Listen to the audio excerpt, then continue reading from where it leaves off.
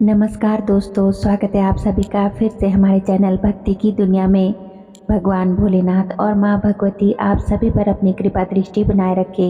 दोस्तों, आज हम बात करेंगे कि ध्यान करने वाले साधक को जब वह सोने जाता है तो कुछ ऐसे संकेत होते हैं या कई बार ध्यान में भी ऐसा अनुभव आता है, व्यक्ति नींद में चला जाता है और उसे कुछ दिखाई देता है जिसे सपना बोला जा सकता है, स्वप्न बोला जा सकता है। तो प्रत्यक्ष या अप्रत्यक्ष रूप से स्वप्न दिखाई देता है। एक तो जब आप सोने जाते हैं तब स्वप्न दिखाई देता है, और एक जब आप ध्यान करते हो उस समय भी कई बार तंद्रा आ जाती है, तो उस दौरान भी हमको कुछ स्वप्न दिखते हैं या कुछ अपने मस्तक पर कुछ ऐसा दिखता है, आज्ञा चक्र के ऊपर, थर्ड आई के ऊपर ध्यान में। तो ये क्या है, इसको कैसे समझे कि ये हमारे लिए शुभ है या ये हमारे लिए अशुभ है।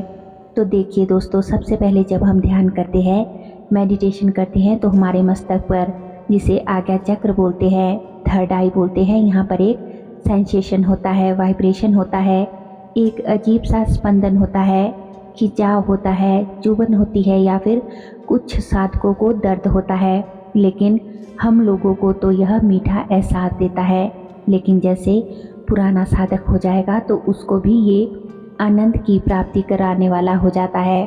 तो कभी भी साधक को इससे घबराना नहीं है, सिर्फ आपको उस साधना को कंटिन्यू करना है। उसका फल ये होगा कि जो आप ये साधना कर रहे हो उसमें जब आप दृढ़ हो जाओगे तो ये दर्द आपको अच्छा लगने लगेगा, आपको और ऊर्जा चाहिए। ये असल में क्या है, ये ऊर्जा है दोस्तों, ब्रह्मांड की शक्ति है, ईश्वर की एक शक्ति है जो आपके शरीर में पिघल रही है। वैसे तो सारे शरीर में ही शक्तियाँ है, लेकिन कुछ लोगों की सोई पड़ी है, सुसुप्त पड़ी हुई है, जिसे कुछ लोग कुंडलिनी शक्ति बोल देते हैं। हर एक व्यक्ति के पास ये शक्तियाँ विद्यमान है। ईश्वर ने किसी के साथ नाइंसाफ़ी नहीं कर रखी है, सबको जो है एक समान बनाया है, सबको ये शक्ति दी है। लेकिन क्या होता है कि काल कर्म स्वभाव से व्यक्ति की ये शक्ति सुसुप्त रहती है, सोई रहती है, तो जग नहीं पाती है। इसके अलावा शरीर में कई जगह जो 7 चक्र होते हैं उस पर स्पंदन होना, आपके सहस्रार चक्र पर स्पंदन होना ध्यान के दौरान, तो आदमी इसमें थोड़ा सा परेशान हो जाता है और उसको लगता है कि उसके साथ कुछ गलत हो रहा है, वो कहीं गलत दिशा में जा रहा है।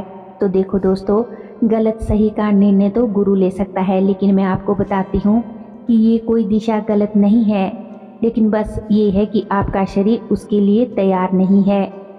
उस ऊर्जा को धारण करने के लिए आप में वो ताकत, आप में वो क्षमता अभी नहीं है, इसीलिए आपको ये सारी समस्याएं हो रही है। तो आइए देखते हैं कि हम आगे किस प्रकार के हमें स्वप्न आते हैं ध्यान करते समय, या फिर ध्यान करने वाले साधक को उसका क्या प्रभाव होता है, उसका विश्लेषण करें। इससे पहले अगर आज आप हमारे चैनल पर पहली बार आए हैं तो आप सभी से मेरी रिक्वेस्ट है कि चैनल को सब्सक्राइब ज़रूर कर ले और बेल आइकन को प्रेस करके ऑल पर भी सेट कर लीजिएगा। उससे क्या होगा कि जब भी हम अपने चैनल पर कोई भी नई वीडियो अपलोड करेंगे तो उसकी नोटिफिकेशन सबसे पहले आप तक पहुंचेगी और आप हमारे चैनल की सभी वीडियोस को देख पाएंगे। दोस्तों, वीडियो बहुत ही महत्वपूर्ण होने जा रही है, इसलिए वीडियो को बिना स्किप किए हुए अंत तक पूरा देखिएगा, तभी जो है जानकारी आपको पूर्ण रूप से समझ आएगी। वीडियो पसंद आए तो वीडियो को लाइक करें, कमेंट करें और ज़्यादा से ज़्यादा अपने दोस्तों के साथ, रिश्तेदारों के साथ और अन्य आध्यात्मिक लोगों के साथ वीडियो को शेयर भी करें, ताकि वो लोग भी हमसे जुड़ सके और उन्हें भी वीडियो से जानकारी प्राप्त हो सके। तो चलिए वीडियो में देरी ना करते हुए आगे बढ़ते हैं। सबसे पहले आइए हम देखें कि जब एक साधक ध्यान करता है और ध्यान करते समय ध्यान की गहराई में प्रवेश करता है तो कई बार उसको निंद्रा आ जाती है। उस समय स्वप्न दिखाई देते हैं, या फिर सोते समय अगर उसको स्वप्न में कुछ जंगली जानवर दिखाई देते हैं, कुछ जंगली जानवर जैसे शेर हो, वो शेर हो सकता है, बाघ हो सकता है, भालू, या फिर जो है चीता हो सकता है। हाँ, ध्यान देना कि हिंसक जानवर होना चाहिए जो मांसाहारी हो। तो इस प्रकार का अगर कोई भी जानवर दिखे, कोई भी पशु पक्षी दिखाई दे, तो उसका ये मतलब होता है कि अब व्यक्ति के स्वभाव में जो क्रूरता थी, जो हमारे अंदर पशु व्यवहार था, जो हमारे अंदर काम, क्रोध ये सब थे, उनका धीरे धीरे शमन हो रहा है।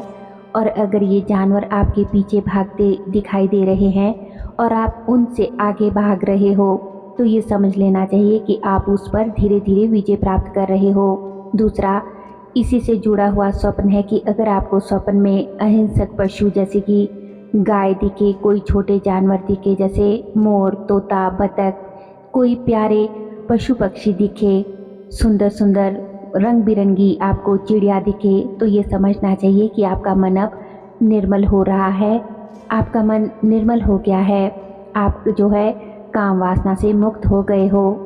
आप ये खुद अनुभव करना, जब आप इन साधनाओं को कर रहे होंगे तो आप देखोगे कि जब आपने साधना शुरू की थी तो आपके अंदर काम था, वासना थी, क्रोध था, संचय वृत्ति थी, आप परेशान थे, तो ये सब स्वप्न दिखाई देंगे। लेकिन आप जैसे ही ध्यान कुछ दिन करोगे, साधना करोगे, तो धीरे धीरे स्वतः ही ये सब जो विकार है धीरे धीरे आपके अंदर से खत्म होने लगेंगे।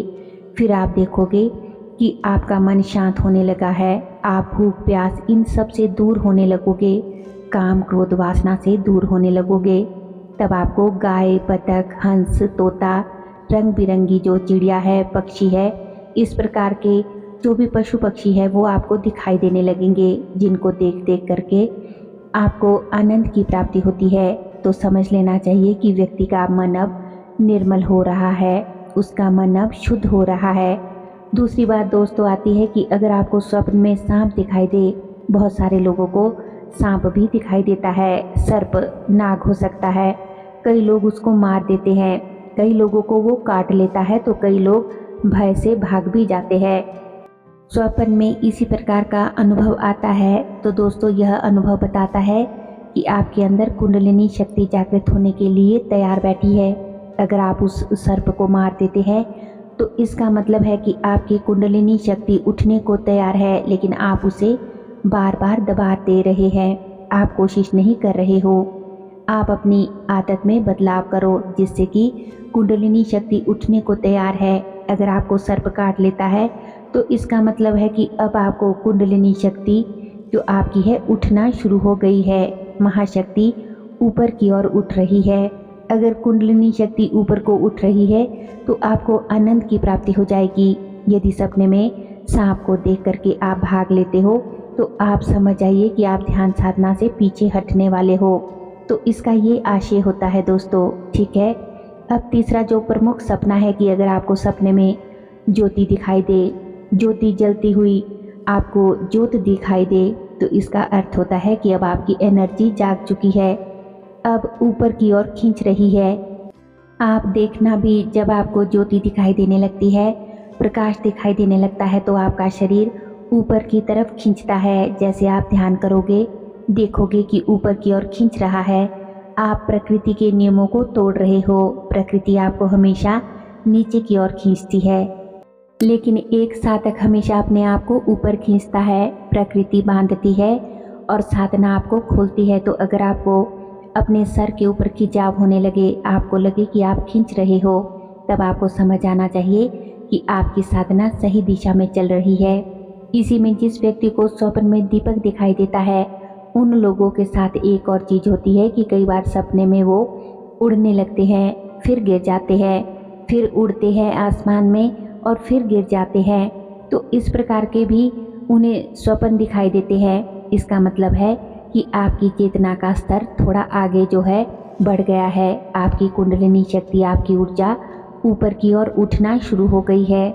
इसके बाद अगर आपको दोस्तों सर्कल दिखाई दे रहा है, गोला मतलब सर्कल जिसमें विविध प्रकार के आपको रंग दिखाई दे, तो इसका मतलब समझ आइए कि अब आपकी जो ऊर्जा उठ चुकी है और अब आपके चक्रों का भेदन करना शुरू कर दिया है उस ऊर्जा ने। परमात्मा का आपके ऊपर विशेष अनुग्रह आपको प्राप्त हो रहा है।